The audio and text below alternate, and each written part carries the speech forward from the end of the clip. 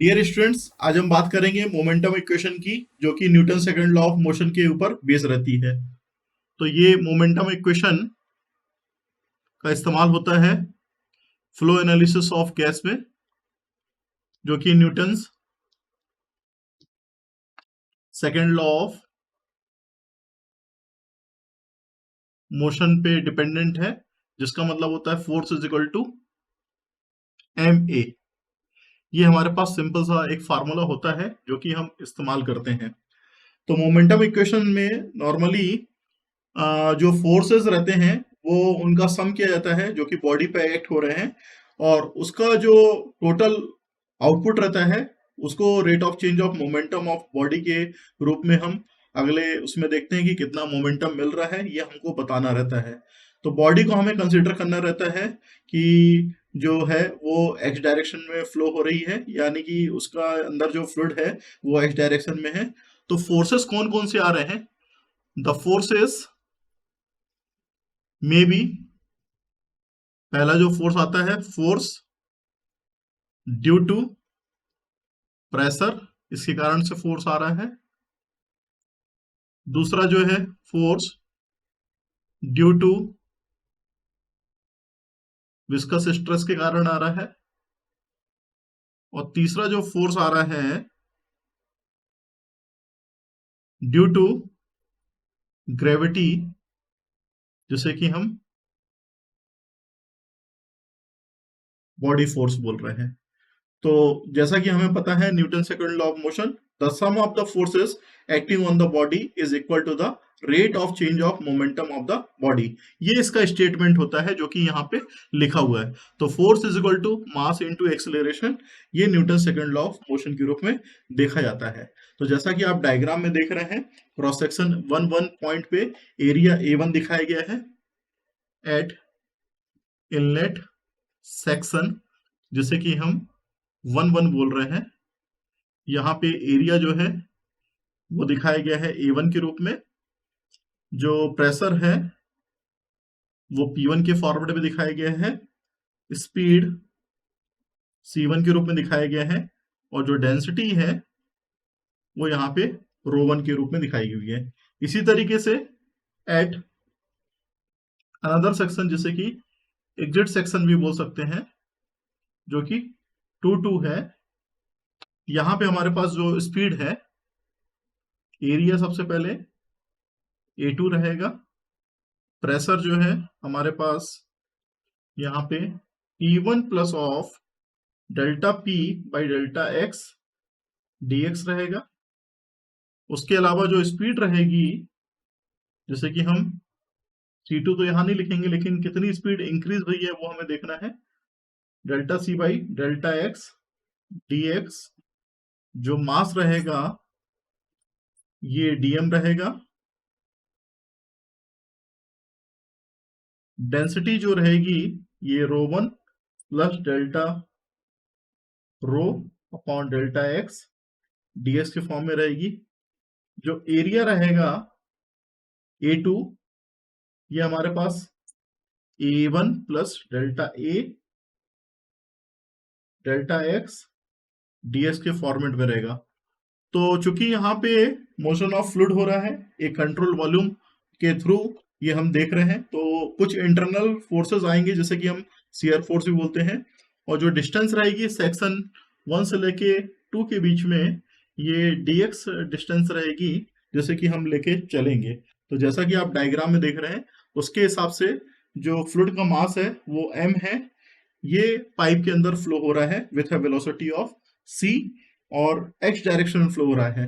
तो जो algebraic sum of the forces रहेगा, जैसे कि हम लिखते हैं एल्जेब्रिक सम ऑफ फोर्सेस, जो कि x डायरेक्शन की हम बात कर रहे हैं, is equal to D M C. ये हमारे पास फार्मूला रहेगा एल्जेब्रिक सम ऑफ फोर्सेस का। तो F X is equal to delta upon delta T M C. तो चूंकि हम कंसिडर कर रहे हैं एक शॉर्ट लेंथ ऑफ पाइप को जिसकी डिस्टेंस dx है, वहां पे फ्लूइड फ्लो हो रहा है, मास dm है, और दो सेक्शन के बीच में फ्लूइड फ्लो हो रहा है, सेक्शन 1 और सेक्शन 2 के बीच में। तो प्रेशर जो एक्टिंग हो रहा है वो सेक्शन 1 में P1 हो रहा है, ये P1 सेक्शन में प्रेशर एक्ट हो रहा है। तो जो प्रेशर एक्ट होगा एरिया A2 में, यानी कि जो दूसरा सेक्शन है जैसा कि आप डायग्राम में देख रहे हैं, उसके बारे में हमने यहाँ पे लिखा हुआ है, pressure is acting on the two section that is called P1 plus delta P by delta x dx, ये रहेगा।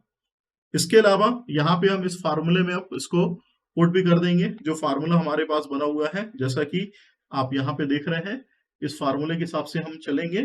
तो यहाँ पे हमारे पास आएगी equation A1 P1 minus of A2 P1 plus delta P by delta x dx minus of internal जो shear force है उसको भी हम लेंगे, is equal to Tm multiply by dc by dt।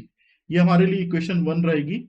और जो dc बाई dt है, यहाँ पे इसको लिखेंगे हम एक्सेलरेशन, जो कि चेंज ऑफ वेलोसिटी है, और चेंज ऑफ वेलोसिटी का मतलब होता है एक्सेलरेशन ऑफ मास फ्लो, ये हमारे पास होता है। तो फॉर ए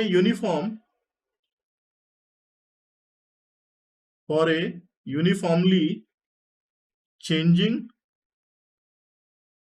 प्रोफाइल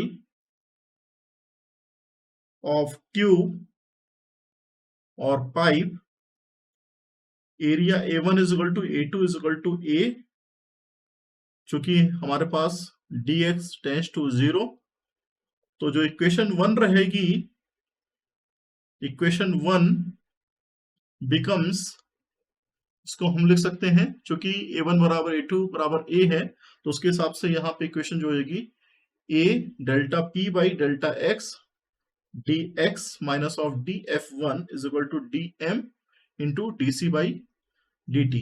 इस इक्वेशन को दूसरा नाम दे देते हैं। अब चूंकि हमें पता है dm बराबर जो होता है रो a dx, ये चेंज ऑफ मास है। तो इक्वेशन 2 में हम इसको पुट कर देंगे। तो इक्वेशन 2 में पुट करना है, in equation 2 dm is equal to rho a dx रखने पे, तो यहाँ पे हमारे पास इक्वेशन 2 जो होगी, इक्वेशन 2 मॉडिफाइड, तो इक्वेशन 2 को मॉडिफाइड यदि हम कर रहे हैं तो यहाँ पे हमारे पास हो जाएगा a delta p by delta x dx minus of df1, और dm इज इक्वल टू हमने लिखा है रो a dx into dc by dt, ये हमारे पास हो जाएगा। तो अभी हमने इक्वेशन 2 को मॉडिफाइड कर दिया है, तो रो a dx dc by dt लिख दिया है। अब इक्वेशन में यहाँ पे डिवाइडिंग